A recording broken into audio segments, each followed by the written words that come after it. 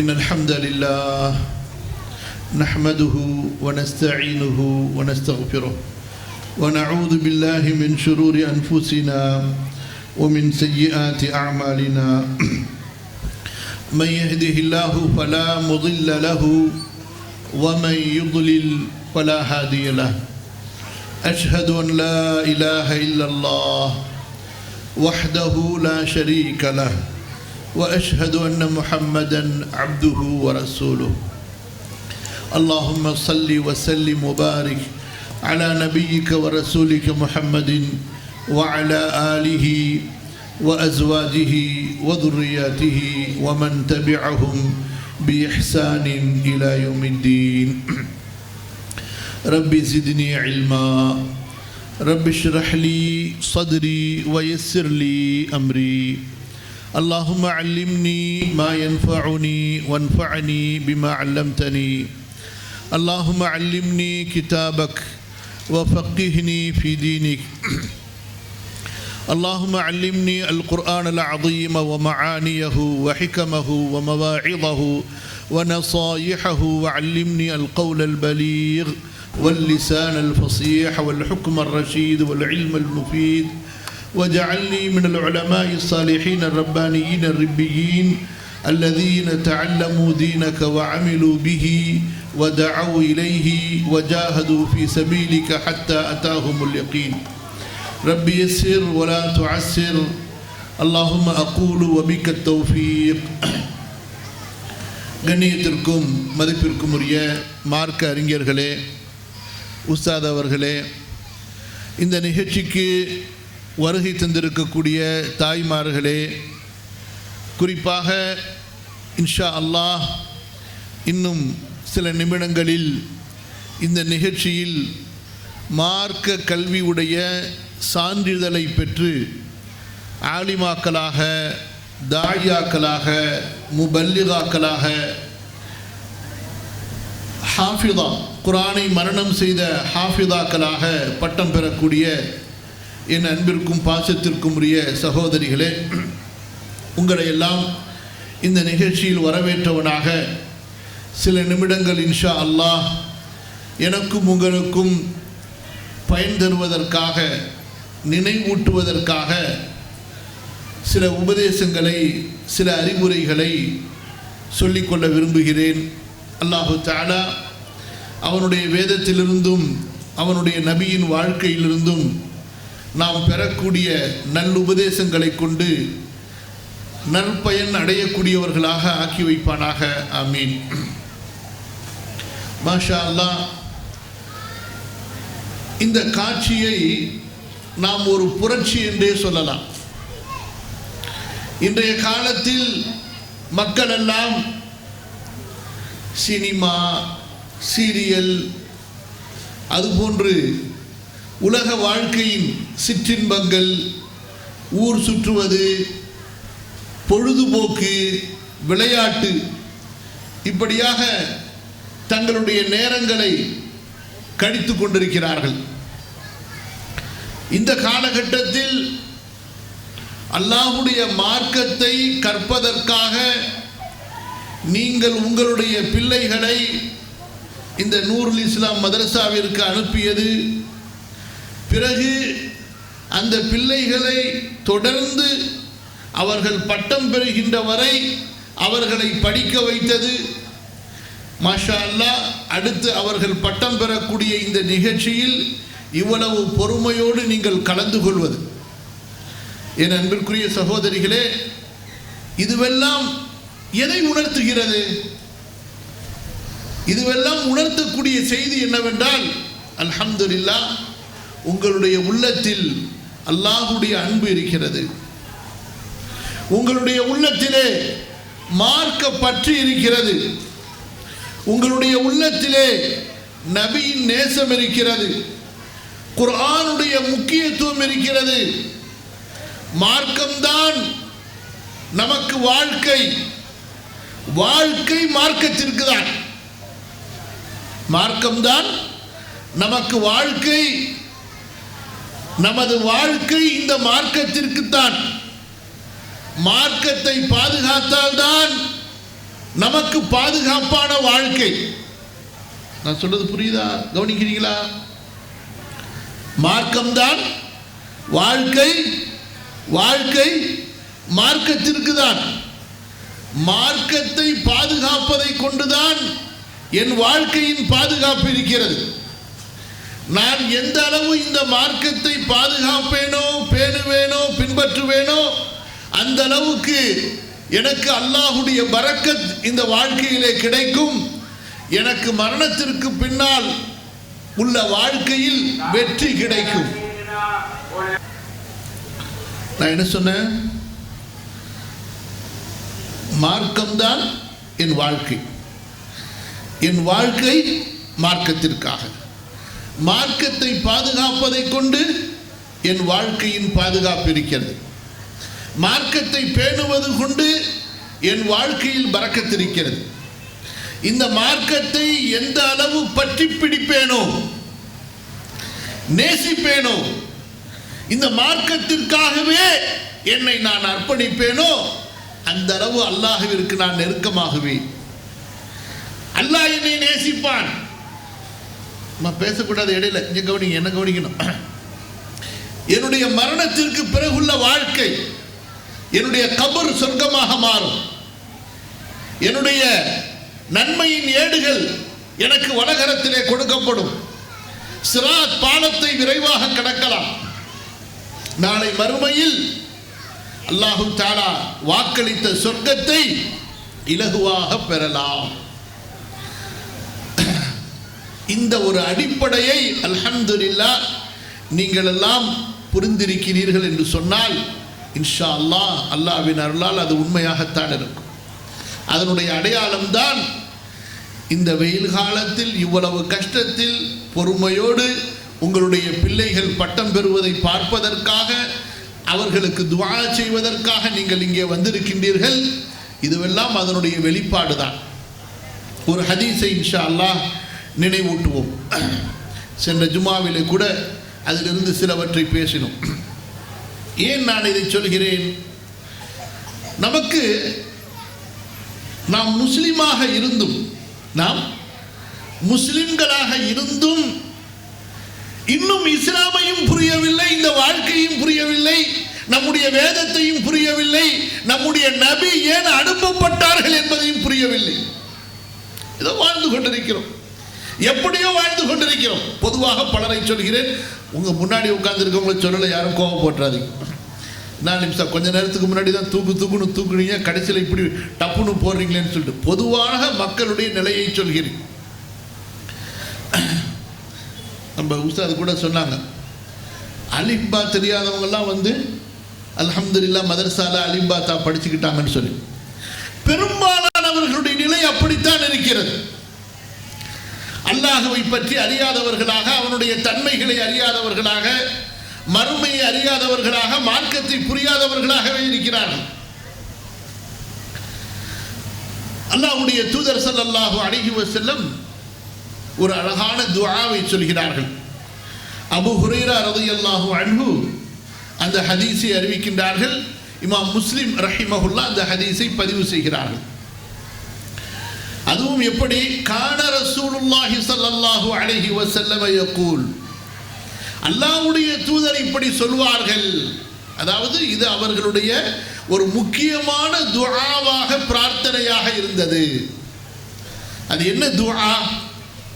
சொல்வார்கள், அல்லாஹும்ம அஸ்லிஹ் லீ தீனி அல்லதி ஹுவ இஸ்மத்து அம்ரி وأصلح لي دنياي التي فيها معاشي وأصلح لي آخرتي التي فيها معادي واجعل الحياة زيادة لي في كل خير واجعل الموت راحة لي من كل شر. அற்புதமான துஆ, புரிய வேண்டிய துஆ. வாழ்க்கையின் யதார்த்தத்தை, உண்மையை, ஹகீகத்தை நமக்கு புரிய வைக்கக்கூடிய துஆ. அல்லாஹ்விடத்திலே கேட்பார்கள் நபி ஸல்லல்லாஹு அலைஹி வஸல்லம், யா அல்லாஹ், எனக்கு என்னுடைய மார்க்கத்தை சீர்படுத்தி கொடு. எதை சீர் செய்து கொடு?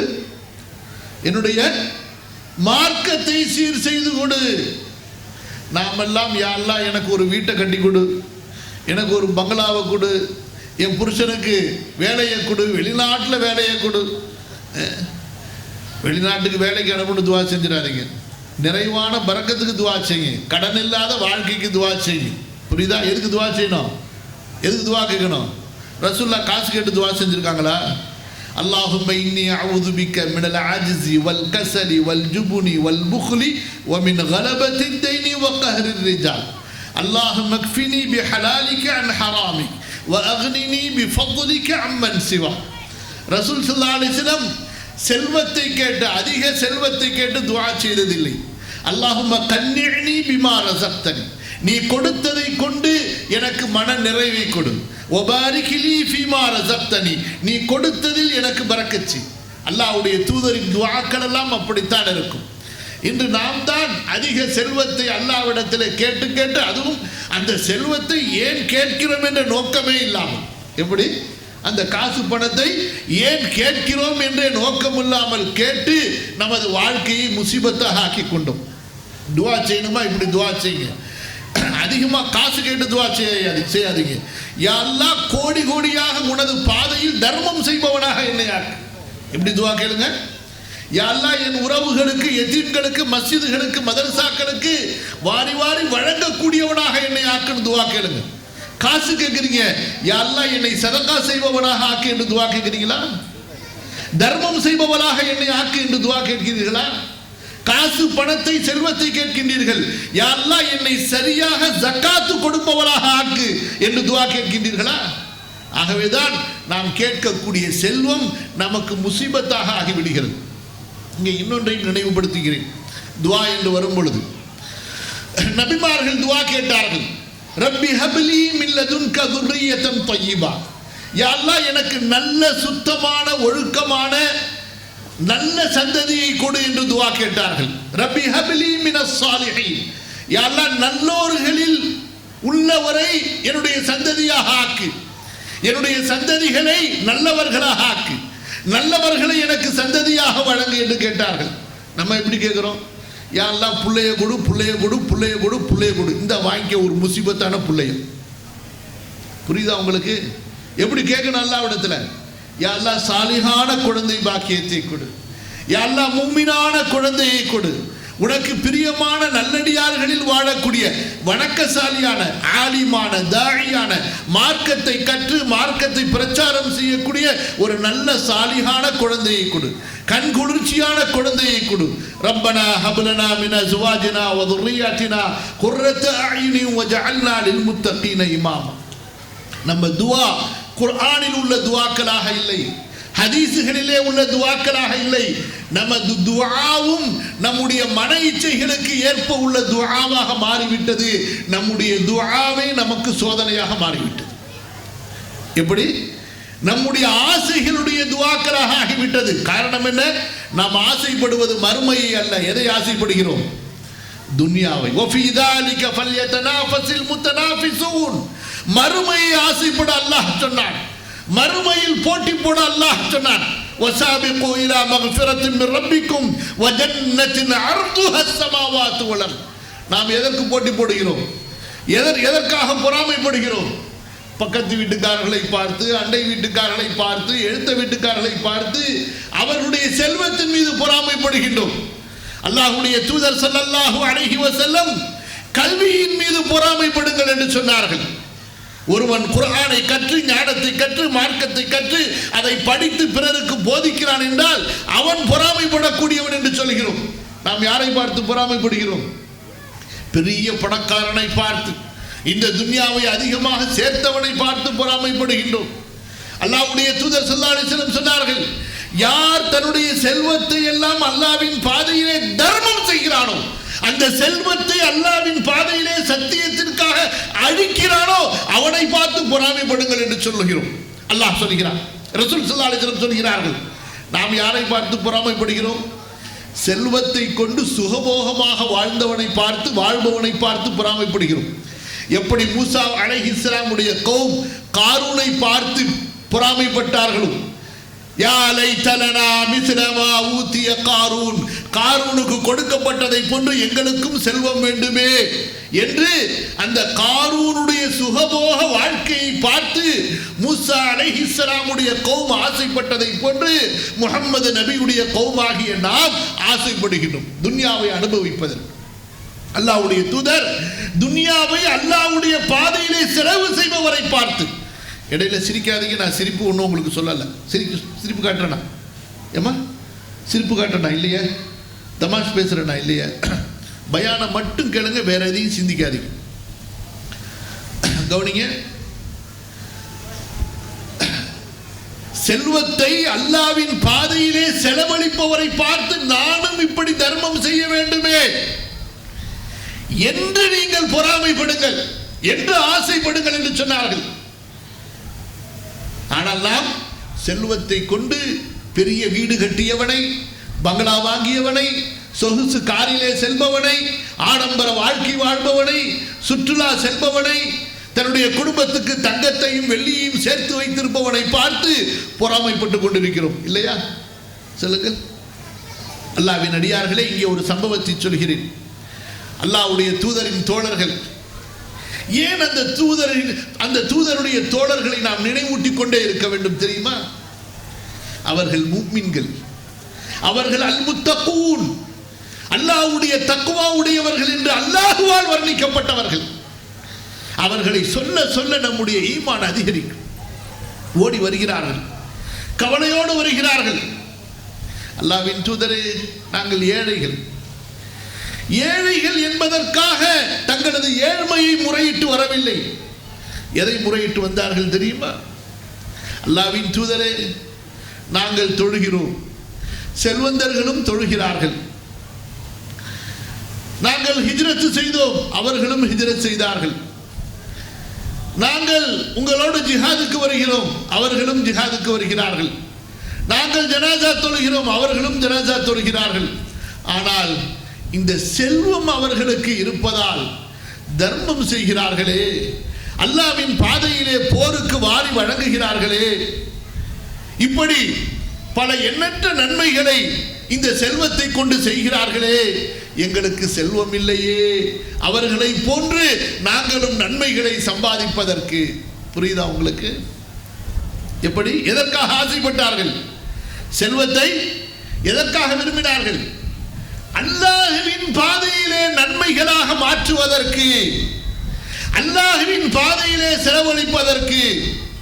அல்லாஹ்வுடைய தூதர் ஸல்லல்லாஹு அலைஹி வஸல்லம் திக்ருகளை கற்றுத் தருகிறார்கள். பிறகு மீண்டும் ஓடி வருகிறார்கள். அல்லாஹ்வின் தூதரே, இந்த திக்ருகளை அந்த சஹாபாக்களும் தெரிந்து கொண்டார்கள், செல்வந்தர்களாக இருப்பவர்கள், அவர்களும் இதை போன்று செய்கிறார்களே, எங்களுக்கு என்ன விசேஷம் என்று சொல்கிறார்கள். அல்லாஹ்வுடைய சிறப்பு, அல்லாஹ் தஆலா நாடியவருக்கு வழங்குகிறான். உங்களுடைய எண்ணங்களுக்கு கண்டிப்பாக அல்லாஹ்விடத்திலே அருள் கிடைக்கும். அன்பான அல்லாஹ்வின் அடியார்களே, இதுதான் மார்க்கம். அல்லாஹ்வுடைய தூதர் அல்லாஹ்விடத்திலே கேட்டார்கள், யா அல்லாஹ், எனக்கு என்னுடைய மார்க்கத்தை சீர்படுத்திக் கொடு. எதை சீர்படுத்திக் கொடு? அல்லாஹும்ம அஸ்லிஹ் லி தீனி, என் மார்க்கத்தை எனக்கு சீர்படுத்திக் கொடு. அன்பான சகோதரிகளே, ஒருவனுக்கு படிப்பு கிடைத்து விட்டது, பொருள் கிடைத்து விட்டது, புகழ் கிடைத்து விட்டது, வசதியான வீடு கிடைத்து விட்டது, என்ன பிரயோஜனம்? மார்க்கம் அவரிடத்திலே இல்லை என்றால், தீன் இல்லை என்றால். இன்று பிரச்சனை என்ன? பொருளாதாரம் இன்மையா, மார்க்கம் இல்லாமை? காலையிலே சகோதரர்கள் பேசும்போது சொன்னார்கள், நமது ஊரிலே தலாக்கு குலா அதிகமாகிவிட்டது என்று. சகோதரிகளா கவனிச்சிங்களா? காலையில பேசும்போது சகோதரர்கள் என்ன சொன்னாங்க? நம்ம ஊர்ல என்ன ஆயிடுச்சா? எது அதிகமாயிருச்சு? தலாக்கும் குலாவும் அதிகமாகிவிட்டது. ஏன் அதிகமானது? அதற்கு காரணம் என்ன? வசதி இல்லாததா? வீட்டிலே உணவு இல்லாததா? செல்வதற்கு வாகனம் இல்லாமையா? வசதி வந்து விட்டது, மார்க்கம் வெளியேறிவிட்டது, பொருள் வந்து விட்டது, மார்க்க கட்டுப்பாடு சுன்னாவுடைய வாழ்க்கை இல்லை.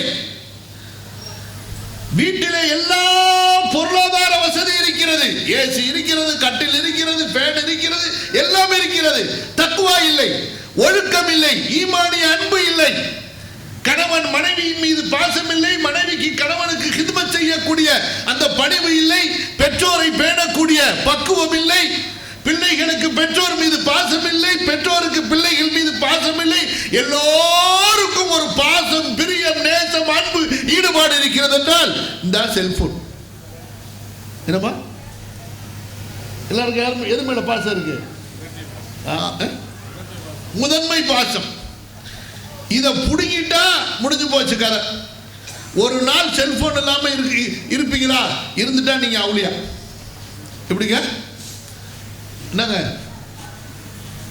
நீங்க ஒரு நாளைக்கு செல்போனை சுவிட்ச் ஆஃப் பண்ணிட்டு இருந்து பாருங்க. திக்ர் செய்யுங்க, குர்ஆன் ஓதுங்க, இபாதத்து செய்யுங்க, மனைவி மக்களோட குடும்பத்தோட பேசிக்கிட்டு இருக்கீங்க, இன்ஷா அல்லாஹ் நீங்க அவுளியா. உங்க மனசு அமைதி அடைஞ்சிடும். அந்த மாதிரி இன்று இந்த செல்போன் கலாச்சாரம், அதிலே நம்முடைய அந்த ஆழ்ந்த மூழ்குதல் நம்முடைய சிந்தனைகளை சிதற வைத்துக் கொண்டிருக்கிறது. இதை ரெண்டுத்துக்கும் பயன்படுத்தலாம். இதை எதுக்கு பயன்படுத்தலாம்? நல்லதுக்கும் பயன்படுத்தலாம், பயான் கேட்கவும் பயன்படுத்தலாம், ஷைத்தானை பார்க்கவும் பயன்படுத்தலாம், இல்லையா? கல்வியை தேடவும் பயன்படுத்தலாம். இப்போ உஸ்தாதிட்ட பேசிக்கிட்டே இருந்தேன், ஒரு விஷயத்தை சொன்ன விஷயத்தை உடனே போட்டு செக் பண்ணி கிளீனாக ஹதீஸ் எடுத்துட்டாங்க. அதற்கும் பயன்படுத்தலாம், இல்லையா? அதே போல கெட்டதை தேடுவதற்கு, கெட்டதை பார்ப்பதற்கு, படிப்பதற்கும் பயன்படுத்தலாம். ஆனால் பக்குவம், நம்ம மாணவி பேசும்போது அரபியில் பேசும்போது சொன்னாங்க, அரபிலே அது கத்தி மாதிரி. என்ன சொன்னாங்க? கத்தி மாதிரி. கயிறு விஷயத்துக்கு வருவோம். அல்லாஹும்ம யஸ்ஸிர் லா ஹவ்ல வலா குவத்த இல்லா பில்லாஹ். இன்று நம்முடைய வாழ்க்கையிலே தீன் சீராக இல்லை. அல்லாஹ்வுடைய தூதர், எப்பேற்பட்ட மகத்தான நபி, தக்வா, இபாதத், தொழுகை, ஈமான், இஸ்லாம், அக்லாக், அப்பேற்பட்ட நபியுடைய கவலை எதுவாக இருந்தது என்றால், அல்லாஹும்ம அஸ்லிஹ் லி தீனி அல்லதி ஹுவ இஸ்மத்து அம்ரி. யா அல்லாஹ், என்னுடைய மார்க்கத்தை எனக்கு சீர்படுத்தி கொடு, என்னுடைய தொழுகை சீராக வேண்டும், என்னுடைய நோன்பு, என்னுடைய ஒழுக்கம், மார்க்க பற்று, உனக்கும் எனக்கும் இருக்கக்கூடிய அந்த குர்ப், உன்னுடைய மஅய்யத். இன்னல்லாஹ மஅஸ் ஸாபிரீன், இன்னல்லாஹ மஅல்லதீன தகவ் வல்லதீன ஹும் முஹ்ஸினூன், இன்னல்லாஹ யுஹிப்புல் முஹ்ஸினீன். அல்லாஹ் குர்ஆனிலே ஒரு பெரிய பட்டியலை போடுகின்றானே, என்றைக்காவது சிந்தித்து பார்த்திருக்கிறீர்களா? அல்லாஹ் பொறுமையாளர்களை நேசிக்கிறான், நல்லவர்களை நேசிக்கின்றான், பிறருக்கு நல்லுபகாரம் செய்பவர்களை அல்லாஹ் நேசிக்கிறான். அல்லாஹு தஆலா தக்வா உள்ளவர்களோடு இருக்கின்றான், தக்வா உள்ளவர்களை அல்லாஹ் நேசிக்கிறான். அல்லாஹு தஆலா பொறுமையாளர்களோடு இருக்கின்றான், பொறுமையாளர்களை அல்லாஹ் நேசிக்கிறான். என்றைக்காவது நாம் யோசித்திருக்கிறோமா, இந்த பட்டியலில் நான் வந்து வருகிறேனா என்று? அல்லாஹ் நேசிக்கக்கூடிய அந்த பொறுமையாளர்களின் பொறுமை என்னிடத்தில் இருக்கிறதா? அல்லாஹ் சொல்கிறானே, நல்லவர்களை, நல்லுபகாரம் செய்பவர்களை அவன் நேசிக்கிறான் என்று. நான் யாருக்கு நல்லுபகாரம் செய்திருக்கிறேன்? யோசிக்கிறோமா? பெற்றோருக்கு உபகாரம் செய்யாத துர்பாக்கிய பிள்ளைகளாக இருக்கிறார்கள். எப்படிங்க சொல்றது புரியுதா? பெற்றோர், பெத்த தாய்க்கு, அதுலேயும் குறிப்பா ஆம்பளை பிள்ளைங்களை விட பொம்பளை பிள்ளைங்க தாய் தந்தைக்கு ரொம்ப மாறு செய்துங்க, அநியாயம் பண்ணுது. என்னம்மா இல்லையா? இந்த ஊர்ல இல்லை, நீங்க உங்க வீட்டில் இருக்க மாட்டாங்க இன்ஷா அல்லாஹ், பொதுவா சொல்றேன். அல்லாஹ்வுடைய தூதர் ஸல்லல்லாஹு அலைஹி வஸல்லம் சொன்ன அந்த வாக்கு உண்மையாகிறதோ, வஅன் தலிதல் அமது ரப்பதஹா, ஒரு அடிமை பெண் தன்னுடைய எஜமானியை பெற்றெடுப்பாள். அறிஞர்கள் என்ன விளக்கம் சொல்றாங்க? என்ன விளக்கம் சொல்றாங்க? பெண் பிள்ளைகள் தன்னுடைய தாயை ஒரு அடிமையை பாவிப்பது போல் பாவிப்பாள், ஒரு அடிமையிடம் பேசுவது போல் பேசுவாள், ஒரு அடிமையிடம் வேலை வாங்குவது போல் வேலை வாங்குவாள். தன்னுடைய தாய், அதுவும் குறிப்பா தாய், தந்தைய ரசூல் ஸல்லல்லாஹு அலைஹி வஸல்லம் இடத்துல கேட்குறாங்க, யா ரசூலல்லாஹ், சஹாபி ஓடி வரார். சஹாபாக்களுடைய கேள்வி எல்லாம் அப்படித்தான் இருக்கும். மன் அஹக்குன் நாஸ் பி ஹுஸ்னி ஸஹாபத்தி யா ரசூலல்லாஹ், நான் அன்பாக, நேசமாக, நெருக்கமாக, நான் அழகிய முறையிலே பழகுவதற்கு, நேசிப்பதற்கு எனக்கு யார் தகுதி உள்ளவர்கள்? சொன்னார்கள், உன்னுடைய தாய். யா ரசூலல்லாஹ், பிறகு யார்? உன்னுடைய தாய். பிறகு யார்? உன்னுடைய தாய். பிறகு யார்? அல்லாஹ்வின் தூதரே, உன்னுடைய தந்தை என்று சொன்னார்கள். ஒரு தாயிடத்திலே ஒரு அடிமையை போன்று பேச வேண்டும். எப்படி பேச வேண்டும்? அடிமையை போன்று. வகுல்லஹுமா கௌலன் கரீமா வக்ஃபித் லஹுமா ஜனாஹ துல்லி மினர் ரஹ்மா. பணிவாக இருக்க வேண்டும், புஜத்தை உயர்த்தக்கூடாது. அவர்களுக்கு முன்னால் கோபமான கடுமையான பார்வையை கொண்டு பார்க்கக்கூடாது. அவர்கள் பார்க்கும் பொழுது நம்முடைய பார்வையை தாழ்த்தி கொள்ள வேண்டும். அவர்கள் உட்கார்ந்து இருக்கும் போது, அவர்கள் நிற்கும் போது நாம் உட்கார்ந்து இருக்கக்கூடாது. அவர்களிடத்தில் பேசும்போது அமைதியாக கண்ணியமான வார்த்தைகளை கொண்டு பேச வேண்டும். பின்பற்றப்படுகிறதா இந்த ஒழுக்கம்? சொல்லுங்கள். எப்படி அந்த வீட்டிலே அல்லாஹ்வுடைய ரஹமத் வரும்?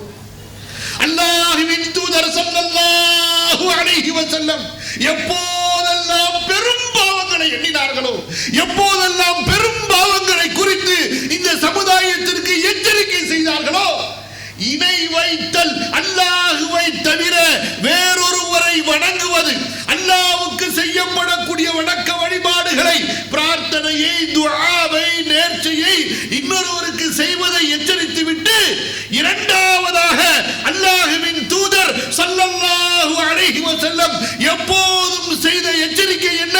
வஉகூகுல் வாலிதைன். வஉகூகுல் வாலிதைன், பெற்றோருக்கு மாறு செய்வது, பெற்றோருடைய மனதை நோவடிப்பது, பெற்றோருக்கு துன்பம் தருவது என்று சொன்னார்கள். எப்படி அந்த வீட்டிலே பரக்கத்து வரும்? எப்படி உங்களுடைய தொழுகை சீராகும்? உங்களுடைய பெற்றோர் உங்கள் மீது வருத்தத்தில், கோபத்தில் இருக்கும் பொழுது எப்படி உங்களுடைய துஆக்கள் ஏற்றுக்கொள்ளப்படும்? உங்களுடைய பெற்றோர் உங்களுக்கு எதிராக துஆ செய்து கொண்டிருக்கும் போது. அல் குர்ஆன் அல்லாஹு தஆலாவை வணங்கு வணங்கு வணங்கு வணங்கு என்று சொல்லக்கூடிய அத்தனை இடங்களிலும் அடுத்ததாக சொல்லக்கூடிய ஒரே கட்டளை வபில் வாலிதைனி இஹ்சானா. உன்னுடைய பெற்றோரோடு அழகிய முறையில், நன்மையோடு, நல்லுபகாரத்தோடு, கருணையோடு நடந்து கொள். எங்கெல்லாம் அல்லாஹு தஆலா தன்னுடைய ருபூபியத்தை, தன்னுடைய உலூஹியத்தை சொல்லி என்னை வணங்கு என்னை வணங்கு என்று சொல்கிறானோ, அங்கே ரப்பு சொல்கிறான், உன்னுடைய பெற்றோருக்கு உபகாரம் செய். அனிஷ்குர்லி வலிவாலிதை, எனக்கு நன்றி செலுத்து என்று மட்டும் அல்லாஹ் சொல்லவில்லை, உன்னை பெற்றெடுத்த உன்னுடைய தந்தைக்கும் தாய்க்கும் நன்றி செலுத்து என்று அல்லாஹ் சொல்கிறான். யோசித்து பார்த்தீர்களா நம்முடைய மார்க்கம் எப்படி கெட்டு போயிருக்கிறது என்று? அல்லாஹ்வின் தூதர் துஆ செய்தார்கள், அல்லாஹும்ம அஸ்லிஹ் லி தீனி அல்லதி ஹுவ இஸ்மத்து அம்ரி.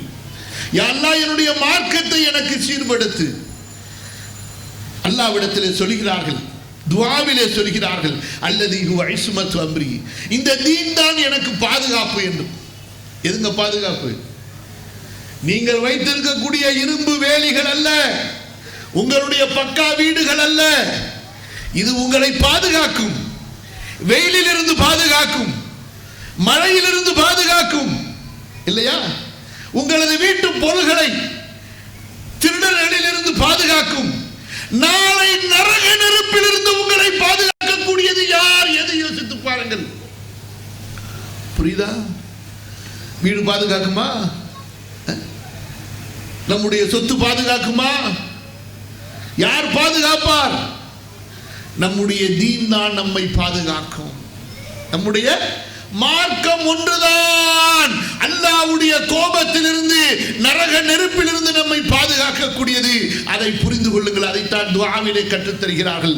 அல்லாஹும்ம அஸ்லிஹ் லி தீனி அல்லதி ஹுவ இஸ்மத்து அம்ரி.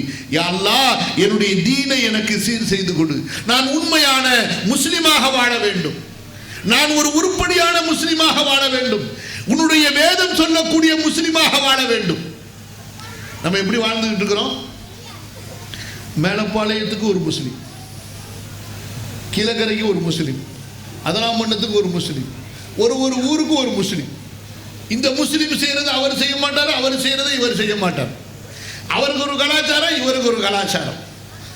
அங்க என்ன கலாச்சாரம்? கல்யாணம் பண்ணா மாப்பிள்ளை எங்க வந்துடணும், பொண்ணு வீட்டுக்கு வந்துடணும். என்ன அடுத்து கல்யாணம் பண்ணும்போது பொண்ணு சீர் கொடுக்கணுமா, பொண்ணு வரதட்சணை கொடுக்கணுமா? இது எங்கப்பா இஸ்லாத்தில் இருக்கு? இது இருக்கா இஸ்லாத்தில்? இங்க ஒரு தொழுகை, அங்க ஒரு தொழுகை, இங்க ஒரு விதமா பாங்கு, அங்க ஒரு விதமா பாங்கு, எல்லாம் நாம் சிதைத்து வைத்திருக்கிறோம். எப்படி? அல்லாஹ்வுடைய தூதர் வேதத்திலே வேதத்திலே என்ன சொன்னான்? அல்லாஹ்வுடைய தூதர் வேதத்திலே என்ன வழிகாட்டினார்கள்? மதீனாவிலே சஹாபாக்கள் எந்த இஸ்லாமை பின்பற்றினார்கள்? படிக்கவே நேரம் இல்லையே. அவ்வளவு குப்பைகளை படித்துக் கொண்டிருக்கிறோம், மார்க்கத்தை படிக்க நேரம் இல்லை. இஸ்லாமிய நூல்கள் வீடுகளிலே இல்லை, குர்ஆன் தர்ஜுமாக்கள் இல்லை வீடுகளிலே, பல வீடுகளிலே. எத்தனை முஸ்லிம்களுக்கு அல்ஹம்துலில்லாஹி ரப்பில் ஆலமீன் சூரா ஃபாத்திஹாவுடைய அர்த்தம் தெரியாது, சூரத்துல் இக்லாஸ் உடைய அர்த்தம் தெரியாது, ஆயத்துல் குர்சி உடைய அர்த்தம் தெரியாது. ஏன்?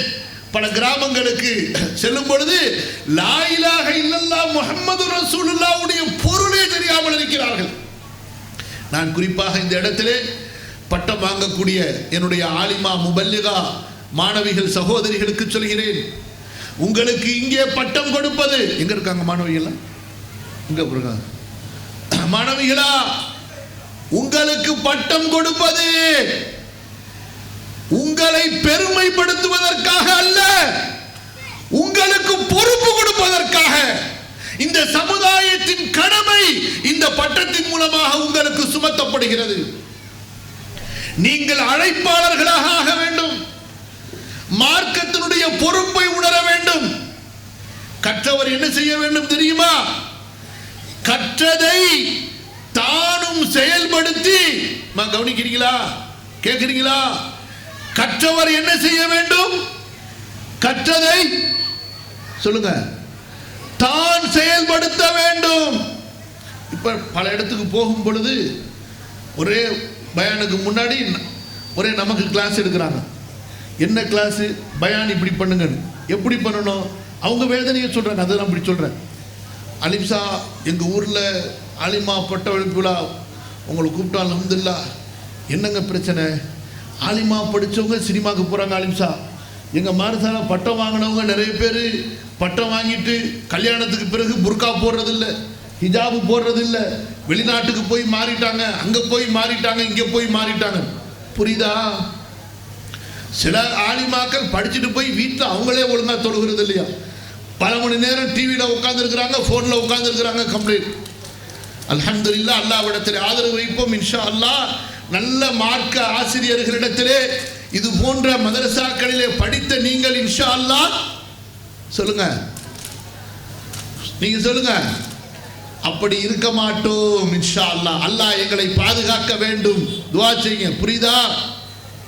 அன்பு சகோதரிகளே, உங்களுக்கு பொறுப்பு கொடுக்கப்படுகின்றது. இந்த பட்டம் என்பது இது நீங்கள் இந்த கல்வியை படித்து ஒரு தகுதியை அடைந்திருக்கிறீர்கள் என்பதற்கு ஒரு அங்கீகாரம் இந்த சனத். புரியுதா? இந்த சனதை வைத்து நீங்கள் அல்லாஹ்விடத்தில் சொர்க்கத்தை வாங்க முடியாது. எதுவரை நீங்கள் படித்ததை உங்களுடைய வாழ்க்கையில் பின்பற்றி நீங்கள் பின்பற்றுவதை இந்த அல்லாஹ்வுடைய அடியார்களுக்கு பிரச்சாரமாக அழைப்பாக நீங்கள் செய்யாதவரை. புரிஞ்சுச்சா? இந்த பட்டம் எதுக்கு? வீட்டில் ஃப்ரேம் போட்டு மாற்றுறதுக்கா? இல்லை, அதற்காக இல்லை. இந்த பட்டம் உங்களுக்கு பொறுப்பு. உங்களுக்கு எப்படி சஹாபிய பெண்மணிகளுக்கு மார்க்கத்தின் கவலை இருந்ததோ, அல்லாஹ்வுடைய தீனுடைய கவலை இருந்ததோ, அந்த கவலை உங்களுக்கு வர வேண்டும். உங்களுடைய குடும்பத்தில் வறுமையா, அதை பற்றி பயப்படக்கூடாது. உங்களுடைய குடும்பத்தில் வேறு என்ன சிக்கல், வேறு என்ன சிரமம், எந்த கவலையும் அது ஒரு பக்கம் இருந்தாலும் அதை விட பெரிய கவலையாக, பொறுப்பாக, சிந்தனையாக உங்களது சிந்தனைகளிலே, அறிவுகளிலே, உங்களுடைய உள்ளங்களிலே எது மிகைத்திருக்க வேண்டும்? அல்லாஹ்வுடைய மார்க்கம், அல்லாஹ்வுடைய தீன். நான் இந்த தீனை படித்தேனே, இந்த தீனுக்காக நான் என்ன செய்தேன், என்ன செய்ய போகிறேன், என்னுடைய பிள்ளையை எப்படி ஒரு மார்க்க பற்றோடு வளர்க்க போகிறேன், என்னுடைய கணவன் திருமணத்திற்கு முன்னால் எப்படி இருந்தார், திருமணத்திற்கு பின்னால் அவர் எப்படி இருக்க போகிறார், அவருடைய தொழுகையை நான் சரி செய்தேனா, அவருடைய நோன்பை, ஒழுக்கத்தை, அவருடைய படிப்பை, அறிவை, சிந்தனையை நான் சரி செய்தேனா என்ற பொறுப்பு உங்களுக்கு வர வேண்டும். புரியுதா? புரியல? சகோதரிகளே, நீங்கள் கவனிங்க, நீங்கள் அவர்களை மாற்ற வேண்டுமே தவிர, கவனிங்கம்மா, நீங்கள் புரியல, நீங்கள் அவர்களை மாற்ற வேண்டுமே தவிர அவர்கள் உங்களை சொல்லுங்க மாற்ற விடக்கூடாது. உங்களுடைய ஹிஜாப், உங்களுடைய ஒழுக்கம், உங்களுடைய தொழுகை, உங்களுடைய பேணுதல், இதை வைத்து உங்களுடைய வாழ்க்கையை நீங்கள் தொடங்க வேண்டுமே, நடத்த வேண்டுமே தவிர அவருக்கு ஏற்ப உங்களுடைய ஹிஜாபை மாற்றக்கூடாது, அவருக்கு ஏற்ப உங்களுடைய நாகரிகத்தை மாற்றக்கூடாது, உங்களது கலாச்சாரத்தை மாற்றக்கூடாது. நீங்கள் இந்தியாவில் வாழலாம், அல்லது துபாய்க்கு சென்று வாழலாம், அல்லது வெளிநாட்டில் எங்கு வேண்டுமானாலும் செல்லலாம். எல்லா இடத்திற்கும் அல்லாஹ்வுடைய மார்க்கம் ஒரே கட்டளை தான். எல்லா இடத்திற்கும் அல்லாஹ்வுடைய மார்க்கம் ஒரே கட்டளை தான். ஒரு முஸ்லிமான பெண் எல்லா நிலைகளிலும் ஹிஜாபை பேணுவாள், எல்லா நிலைகளிலும் ஒழுக்கத்தை பேணுவாள், எல்லா நிலைகளிலும் மார்க்கத்தை பேணுவாள். சில ஊர் இருக்கு, அந்த ஊர் எப்படின்னா, அந்த ஊர்ல இருக்கும்போது ஹிஜாபோட இருப்பாங்க. நான் இப்ப பேர்லாம் சொல்ல, ஊர் பேர்லாம். அந்த ஊரை விட்டு ட்ரெயினில் பஸ்ஸில் ஏறிட்டாங்கன்னா எல்லாத்தையும் கழட்டி பையில வச்சுருப்பாங்க. திரும்ப ஊருக்கு போகும்பொழுது எல்லாத்தையும் எடுத்து போட்டுப்பாங்க. நான் ஒரு பஸ்ஸில் போயிட்டே இருந்தேன், ஒரு ஊரில் கொஞ்ச நாள் உஸ்தாதாக இருந்தேன். அந்த பஸ்ஸில் ஏறி உட்காந்துட்டேன், பார்த்தா எல்லாம் நான் முஸ்லீம்னு நினச்சிக்கிட்டேன். காலையில் இறங்கும்போது பார்த்தா ஒரே புர்காவாக இருக்குது, புர்காவாக இருக்குது, தொப்பியாக இருக்குது. எனக்கு யோசனை, பஸ் எங்கேயாவது நின்று மெட்ராஸில் ஏறும்போது இருந்தவங்களாம் இறங்கிட்டு புதுசாக யாரும் ஏறிட்டாங்களா, சரியான குழப்பம் எனக்கு. அல்லது நான் தான் ராத்திரில் எங்கேயாவது ஹோட்டலில் நிற்கும் பொழுது பஸ்ஸு மாறி ஏறிட்டேனாலும் ஒரே குழப்பம். மதரசாவுக்கு போயிட்டு ஒரே சந்தை. ஆனால் ஊருக்கு கரெக்டான ஊருக்கு தான் பஸ்ஸு வந்துடுச்சு. அப்புறமா மதரசாவில் இருக்கும்போது கேட்டால், அலிம்சா இந்த ஊரில் எல்லாம் அப்படி தான் அலிம்சா, மெட்ராஸ் போனால் எல்லாத்தையும் கழட்டிடுவாங்க, திரும்ப ஊருக்கு வரும்பொழுது பஸ்ஸில் கடைசியில் எல்லாம் போட்டுப்பாங்கன்னு சொல்லிட்டு. சுப்ஹானல்லாஹ், இதுவா மார்க்கம்? இப்படிப்பட்ட ஒரு அற்பமான பலவீனமான ஒரு மார்க்கமா, ஒரு மார்க்கப்பற்றா இது ஏற்றுக்கொள்ளப்படுமா அல்லாஹ்விடத்திலே? சகோதரிகளே, அல்லாஹ்வுடைய நபிமார்கள் கவலைப்பட்டார்கள் என்றால் மார்க்கத்தை பற்றி கவலைப்பட்டார்கள். எதை பற்றி? இப்ராஹிம் நபி எதுக்கு துவா செஞ்சாங்க? எதுக்குமா துவா செஞ்சாங்க? ரப்பி ஜஅல்னி முகீமஸ் ஸலா, இறைவா ஒழுங்காக தொழக்கூடியவனாக என்னை ஆக்கு. புரியுதா உங்களுக்கு? நபிமார்களுடைய துவா. அப்ப ரசூல் ஸல்லல்லாஹு அலைஹி வஸல்லம் கேட்டாங்க, யா அல்லாஹ் என்னுடைய தீனை எனக்கு சீர் செய்து கொடு, சரி செய்து கொடு. இந்த தீன் தான் எனக்கு, கவனிங்கம்மா பிள்ளைங்களா, இந்த தீன் தான் என்ன? எனக்கு பாதுகாப்பு. இதை நீங்கள் புரிந்து கொள்ள வேண்டும். அல்லாஹ்வுடைய மார்க்கம் தான் உங்களுக்கு பாதுகாப்பு. அல்லாஹ்வுடைய கோபத்திலிருந்து, நரக தண்டனையிலிருந்து பாதுகாப்பு. இந்த துன்யாவுடைய குழப்பங்கள், ஃபித்னாவில் இருந்து பாதுகாப்பு. என் அன்பு சகோதரிகளே, பட்டம் வாங்கக்கூடிய மாணவிகளே, நீங்கள் படித்ததை பற்றி கொள்ளுங்கள். அல்லாஹ் தஆலா பனி இஸ்ராயீலிடத்தில் திரும்ப திரும்ப சொல்கிறான், குது மா ஆதைனாக்கும், குது மா ஆதைனாக்கும், உங்களுக்கு நாம் கொடுத்ததை பற்றி பிடித்துக் கொள்ளுங்கள். நமக்கு அல்லாஹ் சொல்கிறான், முஹம்மது நபியுடைய உம்மத்திற்கு, வல்லதீன யுமஸ்ஸிகூன பில் கிதாப், யார் இந்த வேதத்தை உறுதியாக பலமாக பற்றி பிடிக்கின்றார்களோ. இன்று நம்முடைய பிரச்சனை என்ன? நமக்கு தோதுவாக இருந்தால் எடுத்துக்கொள்வோம், நமக்கு தோதுவாக இல்லை என்றால், நமது ஆசை மிகைத்தால் மார்க்கத்தை விட்டு விடுவோம். இஸ்ரவேலர்கள் ஏன் சபிக்கப்பட்டார்களோ அந்த சாபத்திற்குரிய செயலை இன்றைய சமுதாயம் செய்து கொண்டிருக்கிறது. மனதுக்கு விருப்பமானதை மார்க்கத்தில் எடுத்துக்கொள்வார்கள், தங்களுக்கு பிடிக்காததை வேதத்தில் இருந்து புறம் முதுகுக்கு பின்னால் தூக்கி எறிந்து விடுவார்கள். அல்லாஹ் பாதுகாக்க வேண்டும். அன்பிற்குரியவர்களே, அடுத்து அல்லாஹ்வுடைய தூதர் ஸல்லல்லாஹு அலைஹி வஸல்லம் துஆவிலே சொன்னார்கள், வஅஸ்லிஹ் லி துன்யா அல்லதி ஃபீஹா மஆஷ், யா அல்லாஹ் என்னுடைய வாழ்க்கை எந்த துன்யாவிலே இருக்கிறதோ அந்த துன்யாவை எனக்கு சீர் செய்து கொடு. அவ்வளவுதான். எப்படி கேட்கல? பங்களாவை கேட்டாங்களா? பங்களாவை கேட்டாங்களா? பெரிய வசதியான வாழ்க்கையை கேட்டார்களா? அவங்களுடைய மகளார் ஃபாத்திமா ரலியல்லாஹு அன்ஹா சொர்க்கத்தின் தலைவி. அல்லாஹு அக்பர். தன்னுடைய தந்தை இடத்துல வீட்டுக்கு வேலை செய்யறதுக்கு ஒரு ஆள் கிடைக்குமான்னு கேட்டு வந்தாங்க. அல்லாஹ்வுடைய தூதர் நாடி இருந்தால் 100 அடிமை பெண்களை வழங்கி இருக்கலாம். அல்லாஹ்வுடைய தூதர் ஃபாத்திமா இதைவிட சிறந்ததை உனக்கு கற்றுத் தரட்டுமா? இந்த திக்ரை இரவிலே தூங்கும் போது சொல்லிக்கொள், உனக்கு மிக சிறந்தது என்று சொன்னார்கள். வறுமையில் பழக்கினார்கள், சிரமத்தில் பழக்கினார்கள். அல்லாஹ்வுடைய தூதரின் குடும்பம், அந்த குடும்பத்தின் வாழ்க்கை சிரமம், துன்பம், இன்னல், பசி, பட்டினி, இதில்தான் அவர்களுடைய வாழ்க்கை கழிந்தது. இந்த துன்யாவை அனுபவிப்பதற்கு, இந்த துன்யாவின் சுகங்களை அனுபவிப்பதற்கு இந்த உலகத்திலே தகுதியான ஒருவர் இருந்திருப்பாரே ஆனால், இந்த உலகத்தில் தகுதியான ஒரு குடும்பம் இருந்திருக்குமே ஆனால், அல்லாஹ்வின் தூதரை தவிர, தூதரை விட, அந்த தூதரின் குடும்பத்தை விட யார் தகுதியானவர்கள் இருக்க முடியும்? ஆயிஷா ரலியல்லாஹு அன்ஹா சொல்லுகின்றார்கள், அல்லாஹ்வுடைய தூதர் மரணிக்கின்ற வரை நாங்கள் 2 நாள் தொடர்ந்து வயிறார சாப்பிட்டதில்லை, ஒரு நாளைக்கு 2 வேளை வயிறார தொடர்ந்து சாப்பிட்டதில்லை என்று. குளிர்காலத்திலே போர்த்துவதற்கு போர்வை இல்லை அவர்களுக்கு. இப்போது நாம் வசிப்பதை போன்று பக்காவான வீடு கிடையாது. அவ்வளவு வறுமையிலே வாழ்ந்தார்கள். ஆனால் அல்லாஹ்வை திருப்தி கொண்டவர்களாக வாழ்ந்தார்கள். இந்த நம்முடைய பிரச்சனை என்ன? நம்முடைய பிரச்சனை என்ன? இல்லாமையா? திருப்தி இல்லாம. என்ன இல்லாமையா? எவ்வளவுதான் அல்லாஹ் கொடுத்தாலும் திருப்தி இல்லை. மற்றவர்களை பார்த்து பார்த்து பொறாமைப்பட்டு கொண்டே இருக்கிறோம். ஆக அல்லாஹ்வுடைய தூதர் துன்யாவுக்கு எப்படி துஆ செய்தார்கள் என்றால், யா அல்லாஹ், கவனிங்க, என்னுடைய துன்யாவை எனக்கு சீர் செய்து கொடு. எப்படி செய்தார்கள்? யா அல்லாஹ், இதை எனக்கு லேசாக்கிடு. பிறரிடத்தில் கையேந்த கூடாது, பிறரிடத்தில் கையேந்த கூட, கண்ணியமாக வாழும். என்னுடைய துன்யாவை எனக்கு சீர் செய்து கொடு, இதில் தான் நான் வாழணும்.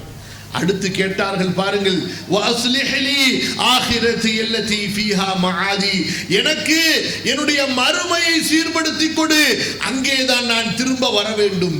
புரியுதா? எதை நினைவூட்டி கொண்டே இருந்தார்கள்? சகோதரிகளா, சகோதரர்களா, எதை ரசூல் ஸல்லல்லாஹு அலைஹி வஸல்லம் நினைவூட்டி கொண்டே இருந்தார்கள்? எதை? ஆகிரத். காலையில எந்திரிச்சவன அல்ஹம்துலில்லாஹி அல்லதி அஹ்யானா பஅத மா மாதனா வ இலைஹி நுஷூர். யா அல்லாஹ், உன் பக்கம் தான் நான் எழுப்பப்படுவேன். மாலையில அல்லாஹும்ம பிக அம்சைனா வ பிக அஸ்பஹனா வ பிக அஹ்யா வ பிக அமூது வ இலைக்கல் மஸீர். யா அல்லாஹ், நான் திரும்பி கொண்டு தான் வரணும். எந்த இடத்திலும் அல்லாஹ்வின் தூதர் மறுமையை நினைவூட்டாமல் இல்லை. நம்மளுடைய பிரச்சனை என்ன? மறுமையை மறந்தோம், மார்க்கத்தில் பலவீனம் அடைந்தோம். மறுமையை மறந்தோம், என்ன செஞ்சிட்டோம்? பார்த்துக்கலாங்க, அதை பத்தி பின்னாடி பார்த்துக்கலாம். எப்ப பார்க்கிறது? மலக்குல் மௌத் வந்து உயிரை புடிங்கிட்டு போனதுக்கு பிறகு. வன்னாசிஆதி கர்கா வன்னாஷிதாதி நஷ்தா. சூரா கியாமாவை ஓதி பார்த்தீர்களா? கல்லா இதா பலகத் தராகிய வகீல மன் ராஹ் வظن انه الفراق والتفت الساق بالساق الى ربك يومئذ المساق. அல்லாஹு தஆலா மரணத்தை நினைவூட்டுகின்றானே, குல் இன்னல் மௌத் அல்லதி தஃபிர்ரூன மின்ஹு ஃபஇன்னஹு முலாகீக்கும் குல்லு நஃப்ஸின் தாயிகத்துல் மௌத். எத்தனை இடங்களிலே அல்லாஹு தஆலா அச்சுறுத்துகிறான். ஒரு நாளைக்கு தனிமையில உட்கார்ந்து பயந்து துஆ செய்றோமா?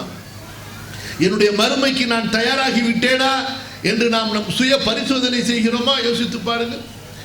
அல்லாஹ்வுடைய தூதர் அடுத்து சொன்னார்கள், வஜஅலில் ஹயாத ஜியாதத்தன் லீ ஃபி குல்லி கைர். யா அல்லாஹ், நான் வாழ்வதை எனக்கு நன்மையில் அதிகரிப்பாக ஆக்கு. வஜஅலில் மௌத ராஹத்தன் லீ மின் குல்லி ஷர். என்னுடைய மரணத்தை எல்லா தீமைகளில் இருந்து எனக்கு ராகத்தாக, விடுதலையாக ஆக்கு என்று துஆ செய்தார்கள். என் அன்புக்குரிய ஆலிமாக்களே, ஆலிமாக்களின் பெற்றோர்களே, சமுதாய மக்களே, ரசூலுல்லாஹி ஸல்லல்லாஹு அலைஹி வஸல்லம் அவர்களுடைய இந்த ஹதீஸ், இந்த துஆ நமக்கு ஒரு மகத்தான செய்தியை உணர்த்துகின்றது. நம்முடைய வாழ்க்கை அல்லாஹ்வுடைய மார்க்கத்திற்காக, மார்க்கம் சரியாகிவிட்டால் நம்முடைய வாழ்க்கை சரியாகிவிடும். இந்த மதரசாக்களில் இந்த ஆலிம்கள் எவ்வளவு தியாகம் உங்களுக்கு செய்கிறார்கள். இவர்களும் வெளிநாடுக்கு சென்று சம்பாதித்திருந்தால் இவர்களும் பெரிய செல்வந்தர்களாக, இவர்களுடைய குடும்பத்தில் பெரிய செல்வம் கிடைத்திருக்கும் அல்லவா? இவ்வளவு திறமைகள் இருந்து அதையெல்லாம் விட்டுவிட்டு உங்களுக்காக இந்த ஊரில் இவ்வளவு அர்ப்பணிப்போடு செய்கிறார்கள் என்றால் நீங்கள் கொடுத்து வைத்தவர்கள், நீங்கள் பெரிய பாக்கியம் பெற்றவர்கள். அல்லாஹ்வுக்கு நன்றி செலுத்துங்கள். உங்களுடைய ஆசிரியர் பெருந்தகைகளுக்கு நன்றி உள்ளவர்களாக, அவர்களுடைய இந்த மகத்தான உழைப்பை மதித்தவர்களாக இருங்கள். அதுபோன்று அல்ஹம்துலில்லாஹ், நான் எப்போதெல்லாம் முஸ்தாத் அழைத்து இங்கே வருகிறேனோ இந்த மதரசாவை பார்த்து சொல்லிக்கொண்டே இருப்பேன், இது ஒரு பெரிய கட்டிடமாக ஆக வேண்டும் என்று. உங்களுடைய வீடுகள் எல்லாம் கட்டிடங்களாக உயர்ந்த மாடிகளாக மாற்றப்படுகிறது. அல்லாஹ்வுடைய மார்க்க கல்வி, நம்முடைய பிள்ளைகள் குர்ஆனையும் ஹதீஸையும் கற்கக்கூடிய ஒரு கலாசாலை, ஒரு கல்வி பாடசாலை, இப்படி வெயில்களிலும் கடுமையான இந்த கஷ்ட நேரத்திலும் பிள்ளைகளால் படிக்க முடியாத அளவுக்கு சிரமமாக இருந்தால் நாம் அது குறித்து அல்லாஹ்விடத்தில் விசாரிக்கப்பட மாட்டோமா? அவர்களுக்கு நாம் வசதி செய்து கொடுக்க வேண்டாமா? நம்முடைய பொறுப்பு இல்லையா? குறிப்பா அந்த காலத்தில் உஸ்தாத் நான் அடிக்கடி சொல்லுவேன், கொஞ்ச காலத்துக்கு முன்னாடி ஊர்களில் பார்க்குறோம், எவ்வளோ பெரிய பெரிய பள்ளி கட்டியிருக்கிறான், எவ்வளோ பெரிய பெரிய பள்ளி. எங்கேயாவது வெளியூரில் போய் வசூல் செஞ்சுருக்கதா செய்தி கிடைச்சிருக்கானா எனக்கு தெரியல. ஆனால் இன்றைக்கு இவ்வளவு வசதி உள்ள காலத்தில், அப்போ வசதி இல்லை, சிரமத்தில் இருந்தாங்க, வசதி இல்லை சிரமத்தில் இருந்தாங்க. ஒவ்வொரு ஊர்லையும் ஜாமியா மஸ்ஜித், அவ்வளவு பெரிய பள்ளி. இன்னைக்கு அவ்வளவு வசதி இருக்கு முஹல்லால. ஆனா ஒரு முஹல்லால மஸ்ஜித் கட்டுறதா இருந்தா மஸ்ஜிதுடைய நிர்வாகிகள் ஆலிம்கள் ஒவ்வொரு ஊரா சந்தாவுக்கு அலைய வேண்டிய நிலை இருக்கு. எப்படி அல்லாஹ் பரக்கத் செய்வான்? அல்லாஹ்வுடைய அருள், அல்லாஹ்வுடைய ரஹ்மத் எப்படி கிடைக்கும்? முதல்ல எதை கட்டணும்? ஃபீ புயூத்தின் அதினல்லாஹு அன் துர்ஃபா, முஹல்லாலேயே அல்லாஹ்வுடைய வீடுதான் உயர்வாக கட்டப்பட வேண்டும். அதற்கு தான் அல்லாஹ் அனுமதி அளித்திருக்கிறான். நம்ம வீட்டெல்லாம் உயர்வாக கட்டிக்கிட்டாச்சு, அல்லாஹ்வுடைய பள்ளியை விட்டாச்சு, அனாதை இல்லை மாதிரி எப்படியா போ அப்படின்னு சொல்லிட்டு. எப்படி அல்லாஹ்வுடைய ரஹ்மத்து கிடைக்கும்? அதுக்காக ஆடம்பரமா அலங்காரமா கட்டுறதல்ல. வரக்கூடிய தொழுகையாளிகளுக்கு, வரக்கூடிய கல்வியாளர்களுக்கு, அங்கே படிக்கக்கூடிய மாணவர்களுக்கு, அங்கே தீனை இஸ்லாமை கற்றுக்கொள்ள வரக்கூடிய புதிதாக இஸ்லாமை ஏற்ற மக்களுக்கு அவர்கள் தங்கி படிப்பதற்கான வசதிகள் விசாலம், அதை அல்லாஹ் குறிப்பிடுகின்றான். ஆகவே அல்ஹம்துலில்லாஹ், உஸ்தாத் அதை சொல்ல வந்தார், அதை சொல்லி பேசிக்கிட்டே இருக்கும்போது சொன்னாங்க, அல்ஹம்துலில்லாஹ் இதை நூருல் இஸ்லாம் மதரசாவை சீரமைப்பு செஞ்சு புதுசாக பெரிய கட்டடமாக கட்டுறதுக்கு ஏற்பாடு செஞ்சுருக்காங்க. அதற்கான அல்ஹம்துலில்லாஹ் முதல் பங்களிப்பு இன்ஷா அல்லாஹ் யாரிடமிருந்து இருக்க வேண்டும்? யாரிடமிருந்து? சத்தம் வரமாட்டேங்குது. ஆலிம் சார் சொல்லிட்டு வாக்காயி மலக்கு பதிவு செஞ்சுட்டு சொல்லிட்டு நாளைக்கு மறுமையில போய் மாட்டிக்க கூடாது. அப்படியா? ஏமா ஏமா பயப்படுறீங்க? அல்லாஹ் சொல்கிறான் கொடுத்ததிலிருந்து கொடுங்கள் சொல்லி. எப்படி சொல்றான்? அது மட்டுமா? ஒமா அன்ஃபக்தும் மின் ஷைஇன் ஃபஹுவ யுக்லிஃபு, நீங்க எதை தர்மம் செஞ்சாலும் உங்களுக்கு உடனுக்குடனே அதுக்குண்டான பிரதிபலனை அல்லாஹ் கொடுப்பான் என்று. அப்ப இப்படிப்பட்ட வாக்கு அல்லாஹ் நமக்கு கொடுத்திருக்கும் போது இதற்கான முதல் பங்களிப்பு எங்க இருந்து இருக்கணும்? இன்ஷா அல்லாஹ் உங்களுடைய குடும்பத்திலிருந்து, உங்களுடைய செல்வத்திலிருந்து மிக சிறந்த பங்களிப்பை கொடுத்து மிக விரைவாக இது கட்டப்படுவதற்கு நீங்கள் உதவி செய்ய வேண்டும். அல்லாஹ் சுப்ஹானஹு வ தஆலா இந்த கல்வி சாலை அல்லாஹ்வுடைய மார்க்கத்திற்கு தொடர்ந்து கியாம நாள் வரை பணி செய்வதற்கு இந்த ஊரில் இருக்கக்கூடிய சகோதரிகளுக்கு, தாய்மார்களுக்கு, பெண்களுக்கு சிறந்த மார்க்க கல்வியை கொடுத்து அவர்களை மார்க்கத்தின் அழைப்பாளர்களாக, மார்க்கத்தின் பொறுப்பை சுமந்தவர்களாக, அல்லாஹ்வுடைய தீனுடைய அந்த சிந்தனையை, கவலையை உடையவர்களாக அவர்களை உருவாக்குவதற்கு அனுபுரிய வேண்டும். இங்கே படித்தவர்களுக்கும் படித்துக் கொண்டிருப்பவர்களுக்கும் இனி படிக்க போகக்கூடிய மாணவிகளுக்கும் அல்லாஹ் கொள்வானாக, நம்மிடமிருந்து அல்லாஹ் ஏற்றுக்கொள்வானாக, நம்மை அல்லாஹு தஆலா சீர் செய்வானாக, சரி செய்வானாக. அல்லாஹ் பொருந்தி கொண்ட நல்லோர்களில் என்னையும் உங்களையும் நமது பெற்றோரையும் நமது குடும்பத்தாரையும் நமது சந்ததிகளையும் அல்லாஹு தஆலா சேர்த்தருள்வானாக. அக்கூலு கௌலி ஹாதா அஸ்தக்ஃபிருல்லாஹல் அஸீம் லீ வ லக்கும் ஃபஸ்தக்ஃபிரூஹு இன்னஹு ஹுவல் கஃபூருர் ரஹீம். வஸ்ஸலாமு அலைக்கும் வ ரஹ்மத்துல்லாஹி வ பரகாத்துஹு.